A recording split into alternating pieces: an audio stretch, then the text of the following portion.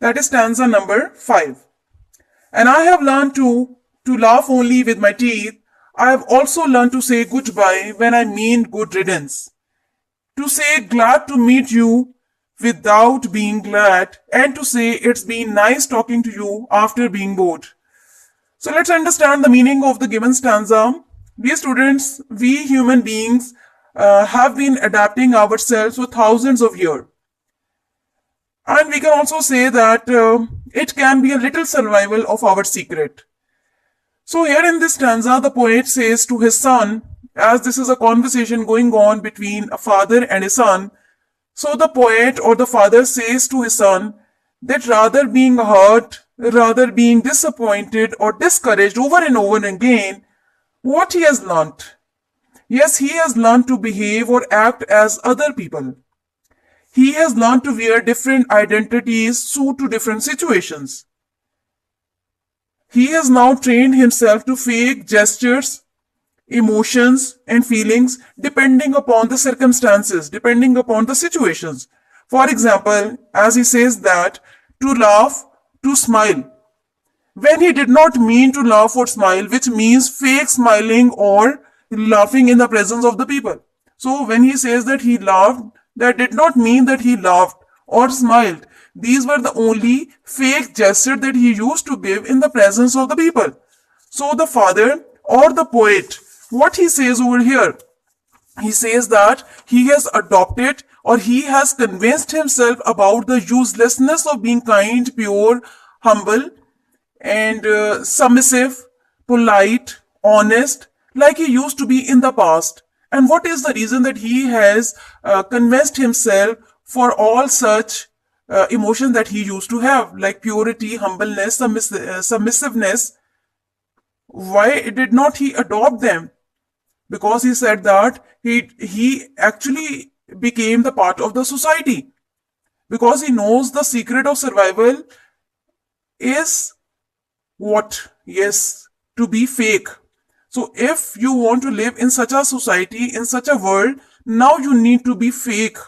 If you want to live in such a world, then you have to adopt such things. So one need to be artificial. One need to be impure, ingenuine, and fake. So the father has given several examples to elaborate his points. Now you can see on your screen like several examples that he has given over here. Number one, he says that when he meets a person, he would say, as the tradition goes, like, I am glad to meet you. I am glad to meet you. But what did he actually mean?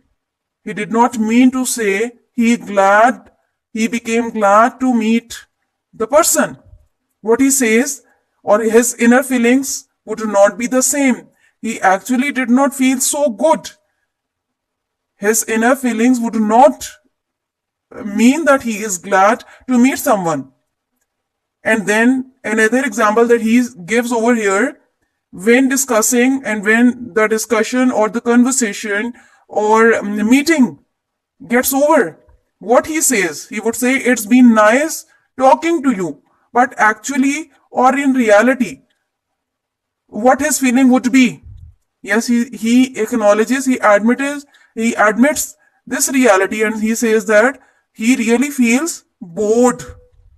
And then he says that the third example then he gives over here, when the time comes of the departure or signing out, the father or the poet would definitely say, like, this is the custom that whenever we meet someone, to say goodbye, and we say such things like goodbye, such greetings we exchange with the people, goodbye.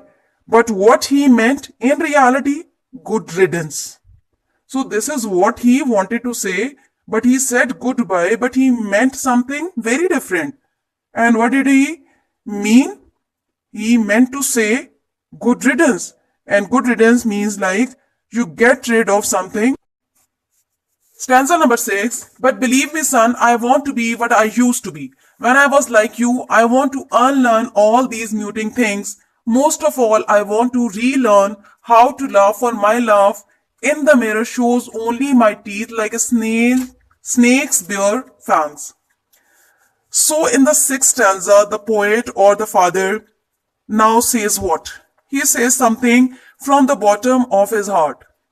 As in the previous stanza, I told you that he convinced himself about the uselessness of being pure and having some good feelings or some good gestures, like to be humble and submissive and polite.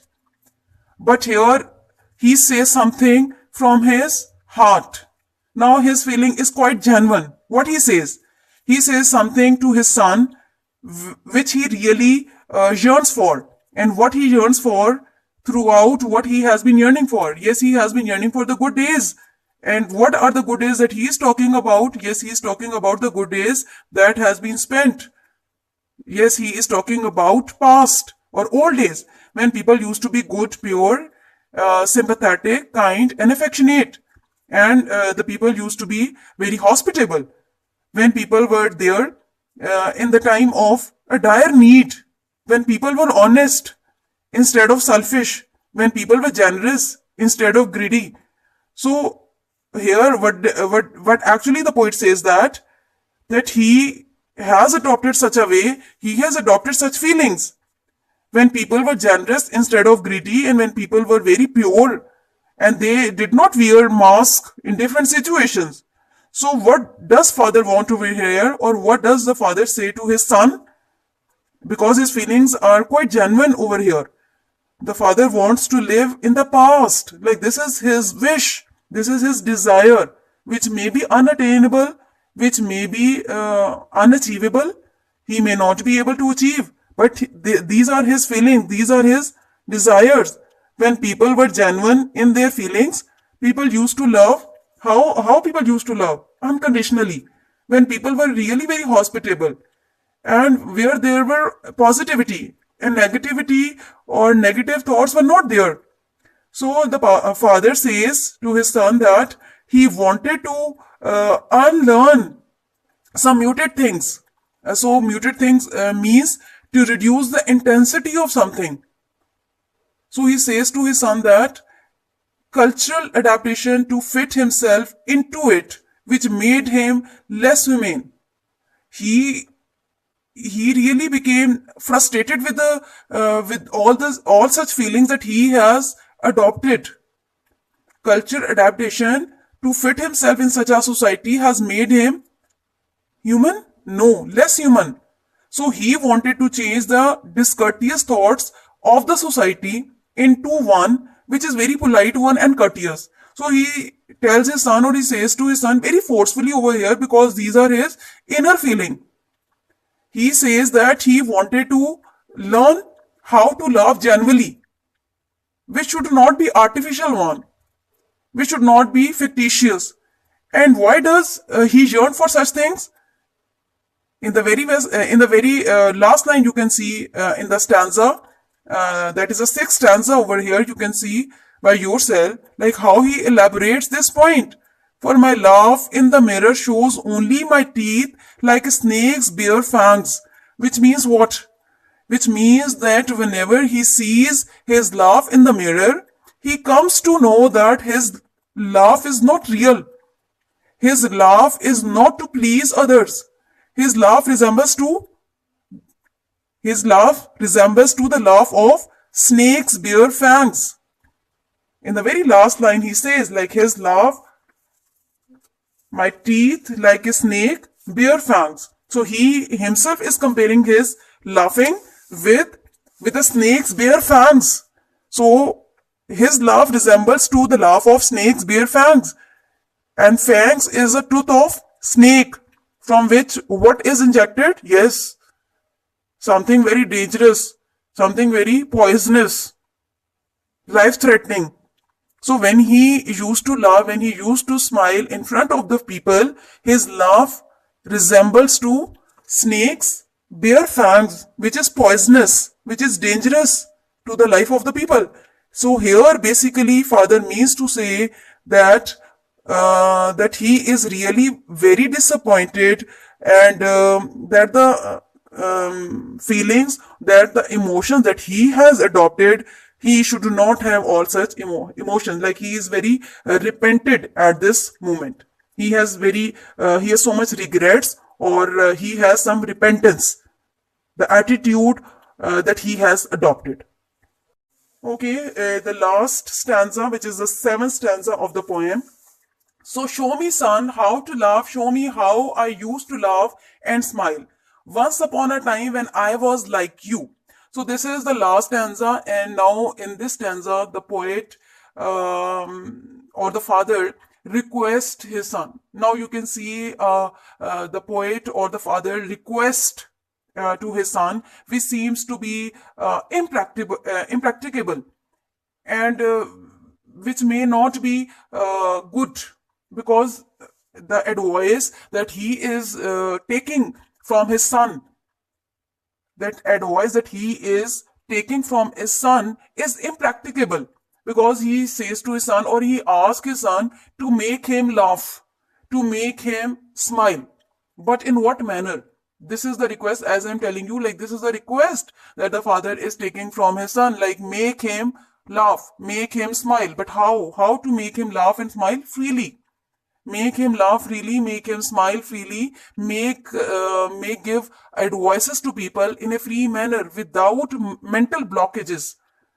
Whenever he used to smile, he had some mental blockages. So he requests his son to show him how to live, how to smile, how to laugh freely. So father here is very nostalgic. He is very disheartened about his son as well, that he should behave in a very in a society which is very polluted one, like how his son would be behaving in a society which is very polluted one. So at this moment, at this point, the child who is very innocent, and as the child represent himself as a innocent one, so he is very helpless. He can't help his father here, because he had never lived in such a setup. He had never lived such a life in those days, and he would be getting everything. He definitely would be comprehending. He would definitely be understanding each and everything that that his father is telling to him, or he might be relating all such things to his life. He may be putting himself in such a situation, but he cannot help his father out, and he cannot do anything, but can only give a moral support at this moment to his father. So such a drastic change in a society, how can it be brought about? So this is the conclusion that we have to draw over here. Like such a drastic change, how could we bring in a society? Like we ourselves have to make a change in ourselves, that we become very pure, we become very genuine in our feelings, in our wishes, in our desires, in our dealing with the people. We must become very hospitable, affectionate, kind, humiliate, and be human. Like this is a change that we have to bring about in ourselves. So people cannot change themselves. They have to change. They have to bring this change in themselves. And the most important thing, that the people are to be educated in all terms, in all aspects, in all areas of life. People are to be educated. Okay, dear students, I hope that you have understood this poem very well.